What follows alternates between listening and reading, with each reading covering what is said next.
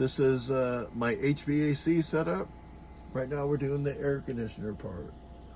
So turn the temperature down to 74, you'll see it turn on.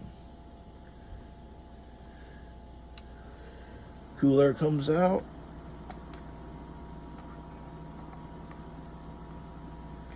Uh, 54, 53, 50, 49, 48, 47, 46, 45, 44.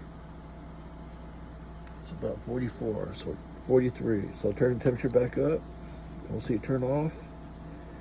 This time it'll turn off. Study by Gene Bowdish.